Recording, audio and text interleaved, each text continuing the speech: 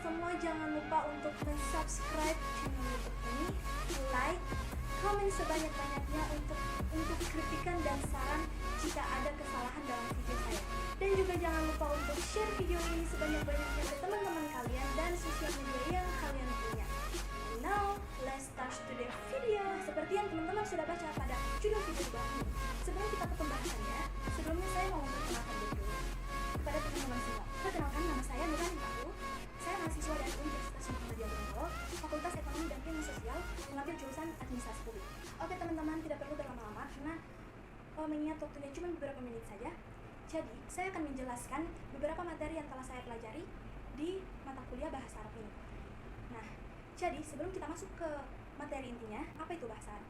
Nah, bahasa Arab adalah bahasa resmi dari 25 negara dan merupakan bahasa peribadatan dalam agama Islam karena merupakan bahasa yang dipakai oleh Al-Quran. Di sini saya akan menjelaskan materi yang telah saya pelajari sebelumnya.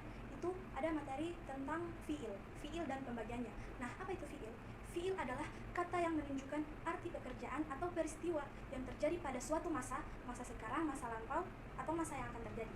Jadi di sini ada fiil ditinjau dari aspek waktu. Nah, pada prinsipnya, kata kerja dalam bahasa Arab sama dengan kata kerja dalam bahasa-bahasa lainnya.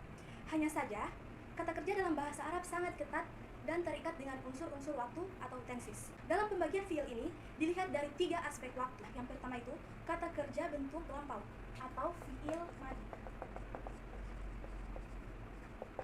Yang kedua, kata kerja bentuk sekarang atau yang akan datang disebut fiil mudhari.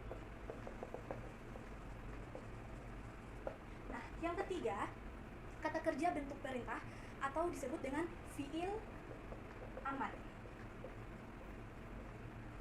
Ketiga aspek ini adalah fiil yang ditinjau dari aspek waktu. Selanjutnya kita akan membahas fiil yang ditinjau dari aspek wajan atau timbangan waktu.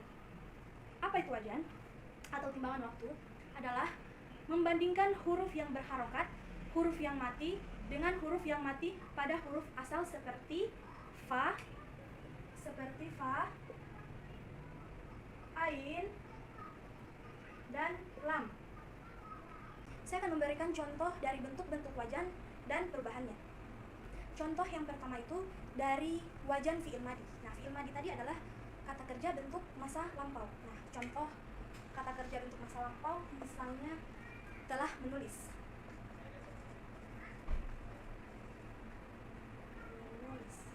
Nah, contohnya itu adalah kataba. Contohnya adalah kataba.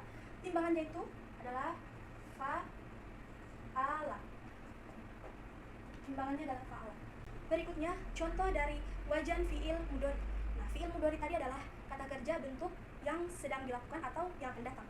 Nah, contohnya kalau di sini telah menulis, jadi contoh dari fi'il mudhari sedang menulis. Oke, jadi contoh dari sedang menulis. Nah, contohnya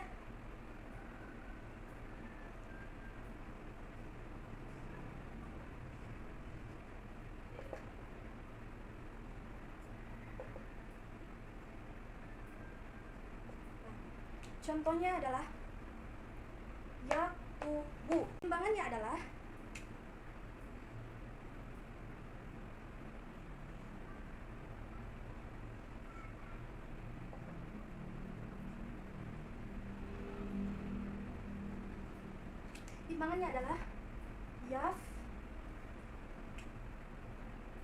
yaf'ulu. Jadi selanjutnya yang ketiga, contoh dari wajan fi'il amar. Nah, fi'il amar tadi adalah kata kerja perintah. Nah, contohnya, contoh kata kerja perintah. Kalau di sini sedang menulis perintah berarti tulislah.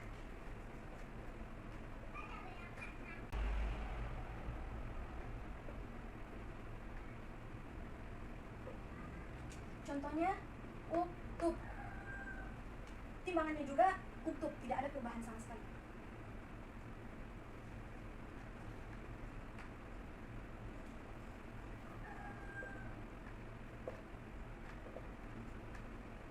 Selanjutnya ada fi'il madi dan pola perubahannya. Nah, sebelum menguraikan tentang pola perubahannya, maka terlebih dahulu kita membahas tentang kata ganti atau isim domir.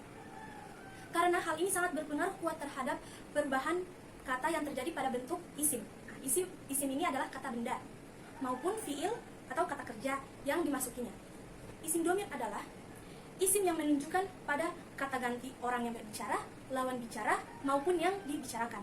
Nah, saya akan memberikan contoh dari isim domir atau kata ganti. Misalnya gini, dia laki-laki.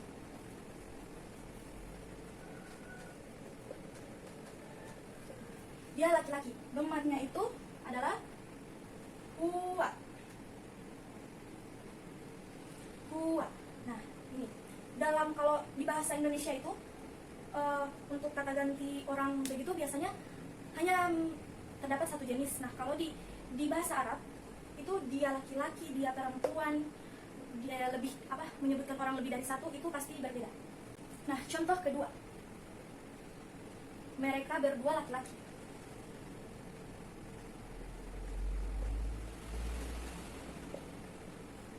Domarnya itu adalah huma.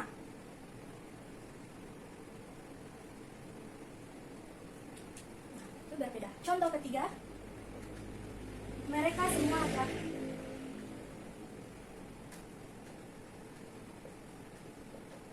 Nah, contoh domarnya itu hum.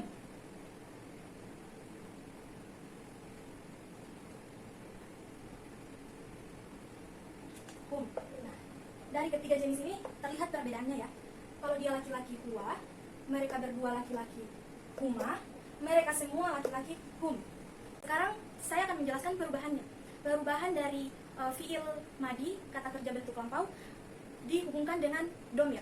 Nah, jadi jika fiil madi tadi dihubungkan dengan domir akan mengalami perubahan. Saya akan berikan contoh. Nah, contohnya yang pertama, kita buat tabel ya.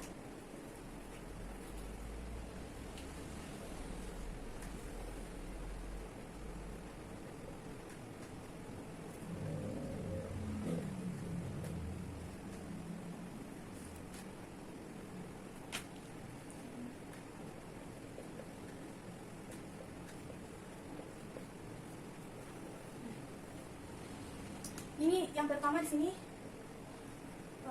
dia laki-laki. Dia laki-laki. Kata ganti dia laki-laki tadi adalah huwa.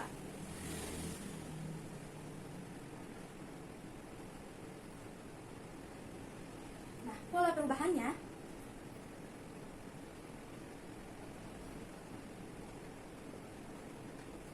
fa'ala. Dia tetap jadi fa'ala.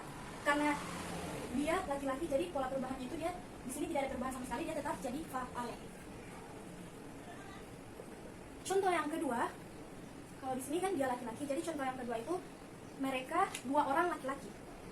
Mereka dua orang laki-laki telah berbuat.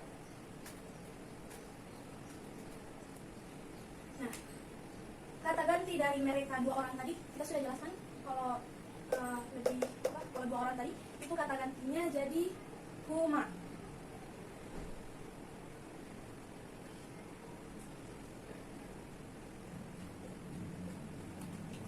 Nah, di pola perubahannya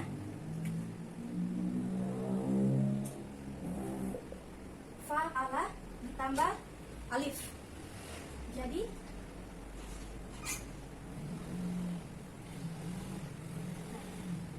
terlihat perbedaannya.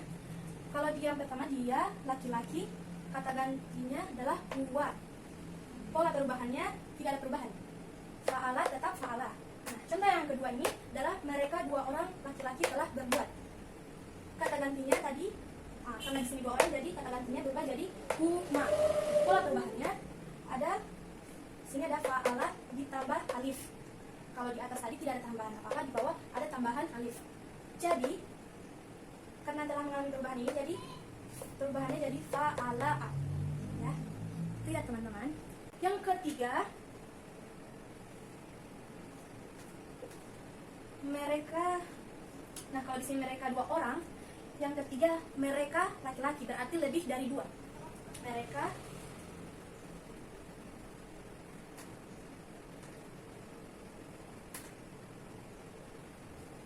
Mereka laki-laki telah berbuat. Jadi di sini mereka lebih dari 2 orang ya, teman-teman. Nah, jadi di kata ganti mereka lebih dari 2 orang tuh hum.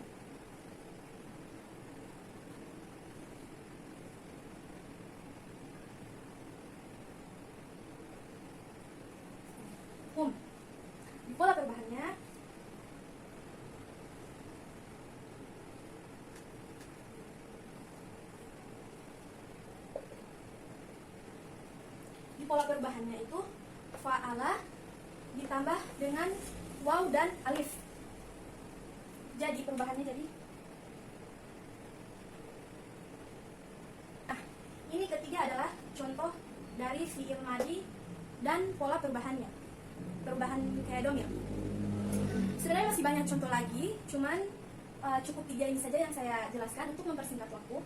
Nah, di sini saya jelaskan kembali. Nah, kalau dia laki-laki, kata gantinya, domirnya itu huwa. Untuk dia laki-laki, berarti dia laki-laki hanya seorang. Pola perubahannya tidak ada perubahan, dia tetap fa'ala. Dia tidak ada perubahan sama sekali, dia tetap fa'ala. Nah, yang kedua, mereka 2 orang laki-laki telah berbuat.